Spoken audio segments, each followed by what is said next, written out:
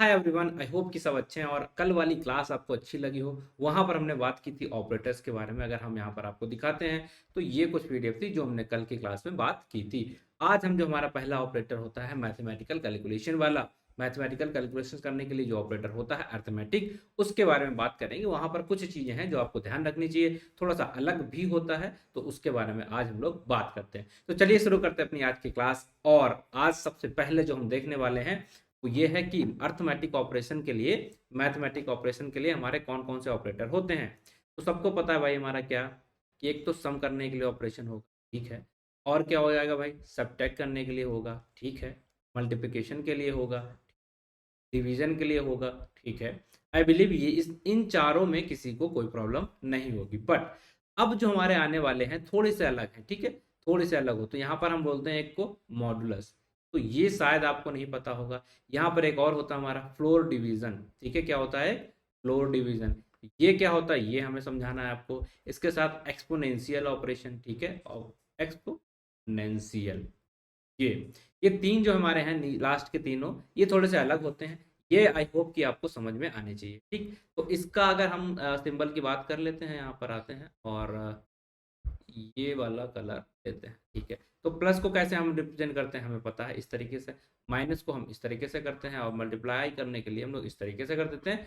और normal division का sign हमारा ऐसा दिखता है। बट मॉडुलस का साइन कैसे दिखता है कोई बताएगा? तो ये होता है उसका, ठीक है। फ्लोर डिवीजन के क्या करते हैं हम, दो बार यहाँ पर इस तरीके से लिखते हैं। इसी तरीके से जो हमारा एक्सपोनेंशियल वाला होता है उसको हम दो एस टी के साथ यहाँ पर इस तरीके से लिखते हैं। तो आई बिलीव कि ये सबका सिंबल आपको समझ में आया होगा। अब हम बात कर लेते हैं कि सम तो पता है, जिससे दो चीजें हैं, दो वेरिएबल्स हैं हमारे पास, ए वेरिएबल और बी। इनका अगर हमें सम करना है तो हमने ए लिखा, बी लिखा, बीच में हमने ऑपरेटर का यूज कर दिया। क्या है ऑपरेटर हमारा, दोबारा लिख देते हैं। तो हमने ए लिखा और बी लिखा, इसके बीच में ऑपरेटर कर दिया प्लस, तो हो गया, प्लस वाला हो गया। इसी तरीके से अगर हमें माइनस करना है तो हम इस तरीके से लिख सकते हैं, और अगर हमें डिवाइड करना है तो हम इस तरीके से लिख सकते हैं, मल्टीप्लाई करना है तो इस तरीके से हो गया, ठीक है। अब जो हमारा नेक्स्ट आता है, नेक्स्ट थोड़ा सा इंपॉर्टेंट है, थोड़ा सा ध्यान दीजिएगा। क्या कि ये अगर हमने लिखा है, ठीक है, ये हमने लिखा, और लेट्स सपोज हम वैल्यूज को यहाँ पर मान लेते कि ए की वैल्यू है हमारी 5 और बी की वैल्यू है हमारी 2, ठीक है। ये हमने अब असाइन कर ली है। और अब हम इसका रिजल्ट बताएंगे आपको, तो क्या होगा, ठीक है। अगर आप इसका बताएंगे, अगर ए की वैल्यू 5 है और बी की 2 है तो इसका रिजल्ट आएगा 2.5। सबको पता है, ये बेसिक चीज है, सबको पता है। बट इसका रिजल्ट आपको बताना है, इसका रिजल्ट क्या होगा। इसी तरीके से ए, और अगर हमने यहाँ पर मॉडुलस लिखा है बी, तो इसका रिजल्ट क्या होगा ये आपको बताना है। और तीसरा जो हमारा आता है, ठीक है, तीसरा जो हमारा आता है वो ये है कि ए डबल एस्टिक अगर हमने यहाँ पर लिख दिया बी, तो इन चारों को रिजल्ट के आंसर क्या होंगे, इन चारों का आंसर क्या होगा। तो देखिए सबसे पहला मैं ही बता रहा हूँ, तो ध्यान से सुनिएगा। ये डबल लगा है, इसको हम बोलते हैं फ्लोर डिवीजन। इसका मतलब क्या, जो पीछे हमारा डेसिमल वाला पार्ट होता है वो हम यहाँ पर नहीं लिखते, तो आंसर कितना आ जाएगा, सिर्फ 2 आ जाएगा। इसी तरीके से इसका काम क्या होता है, इसका काम होता है भाई, हमें रिमाइंडर चाहिए होता है। ये हम क्वेश्चन की बात करते हैं यहाँ पर, बट यहाँ पर हम रिमाइंडर लिखते हैं। तो अगर आप 2 को 5 से डिवाइड करोगे, 2 2 जा 4, नीचे 1 रिमाइंडर बचता है, वो वैल्यू हम यहाँ पे लिखते हैं, ठीक है। तो इसका मतलब क्या होता है, हम रिमाइंडर पता करना चाहते हैं। तो जब भी क्वेश्चन आए कि इस वैल्यू का आपको रिमाइंडर की जरूरत है, तो आप इस वाले ऑपरेशन का यूज करेंगे।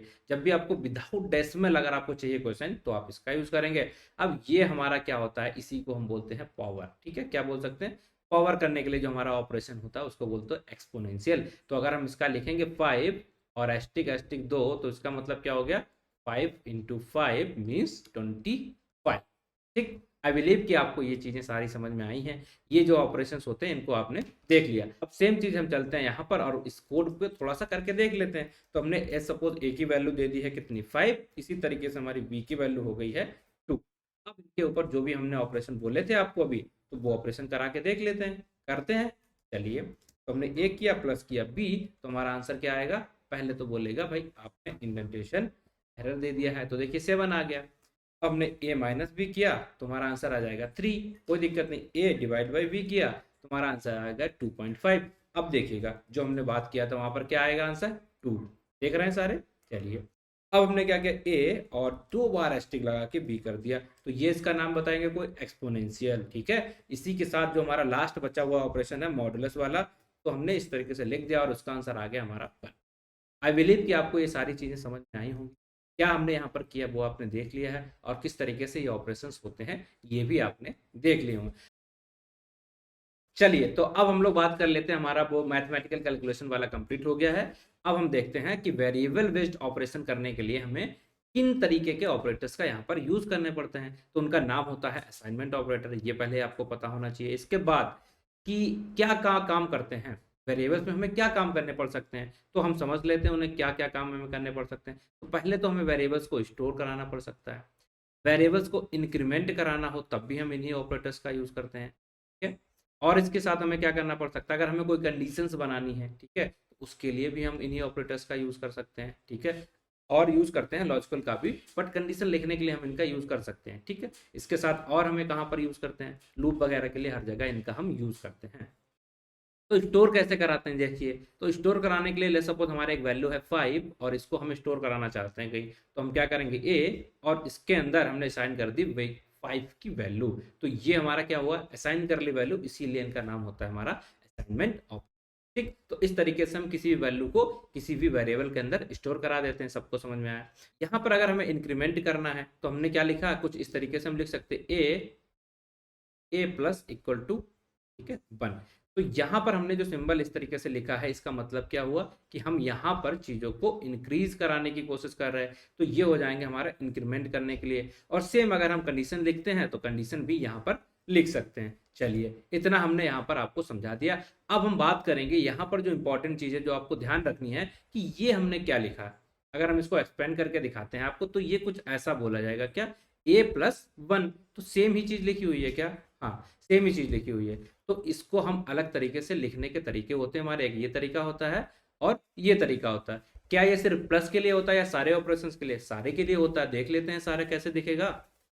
तो अगर हम यहाँ आते हैं और हम यहाँ आके माइनस किया, ठीक है, माइनस करने के बाद इक्वल टू साइन लगाया, +1 किया, तो ये भी हमारा सेम लिखा हुआ है। इसी तरीके से हमने ए किया और मल्टीप्लाई किया, देन इक्वल टू किया 1 के साथ, तब भी हमारा सेम चीज हुआ। इसी तरीके से हम हर जगह इसको इसी तरीके से लिख सकते हैं, ठीक है। समझ में आया सबको, इस तरीके से हम हमेशा लिख सकते हैं। चलिए, तो क्या हुआ, इसमें वैल्यू बढ़ती है क्या, हाँ। तो चलो हम आपको करके दिखा देते हैं इसके बारे में, क्योंकि यहाँ पर यही हमारे लिए इंपॉर्टेंट है। हम यहाँ पर आ गए और हमने यहाँ पर एक के अंदर अपनी वैल्यू डाल दी है एक 5। अब हम एक को हमने वैल्यू डाल दी थी 5।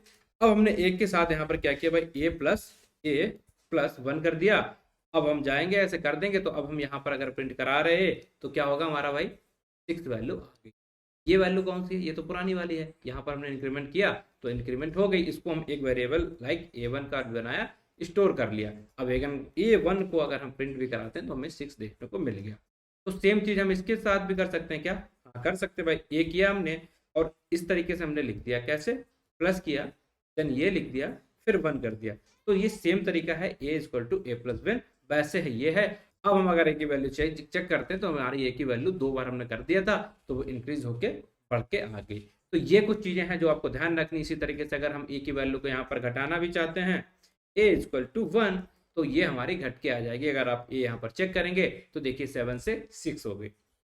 तो हमारे असाइनमेंट ऑपरेटर का यूज हम कहाँ कहाँ पे करते हैं, इन 3 काम करने के लिए करते हैं, स्टोर कराने के लिए, इंक्रीमेंट कराने के लिए, या कंडीशंस वगैरह लिखने के लिए। आई होप कि ये दोनों चीजें आपको, दोनों ऑपरेटर समझ में आए होंगे। तो चलिए फिर, thank you for watching the video और आपसे मिलते हैं अगली वीडियो में। Thank you.